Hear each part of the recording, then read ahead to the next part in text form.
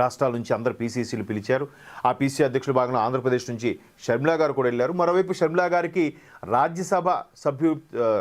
Rajya Sabha seat ఇవ్వబోతున్నారు అని కూడా ఒక వార్త ఉంది. బట్ బయటికి తెలిసిన వార్త ఏంటంటే ఈ ధర్నాల కోసం డిస్కస్ చేయడానికి పిలిచారని వార్త ఉంది. చూద్దాం మరి షర్మిలా గారు ఈ మధ్యకాలంలో జగన్మోహన్ రెడ్డి గారి మీద ఏదైతే వ్యాఖ్యలు చేశారో, ఆయనకి అధికారం పరిపాలించడం రాదు, తగదు, ఆయనకి అధికారం తగదు అన్నట్టుగా ఒక స్టేట్మెంట్ ఇచ్చారు.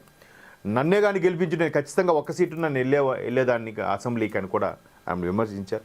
చూద్దాం మరి ఈమె ఘాటుగా వ్యాఖ్యలు చేయడము, తరువాత కాంగ్రెస్ ఓటింగ్లో ఆంధ్రప్రదేశ్లో నోటా కన్నా మెరుగ్గా ఉండడం, పీసీసీ అధ్యక్ష బాధ్యత చేపట్టిన తర్వాత కొంత మెరుగుపడింది కాంగ్రెస్ అన్నట్టుగా కూడా, విత్తనం మొలకెత్తింది అన్నట్టుగా కూడా కొన్ని వార్తలు వస్తున్నాయి. ఈ నేపథ్యంలో ఆమెకి రాజ్యసభ ఇస్తే ఇవ్వచ్చు. బట్ తెలంగాణ నుంచి రాజ్యసభ ఇస్తారా, కర్ణాటక నుంచి ఇస్తారో తెలియదు. తెలంగాణ నుంచి ఇచ్చే అవకాశం ఉంటే గనుక తెలంగాణలో ఇప్పటికే సీనియర్ నాయకులు ఉన్నారు, ఏం చేస్తారో చూద్దాం.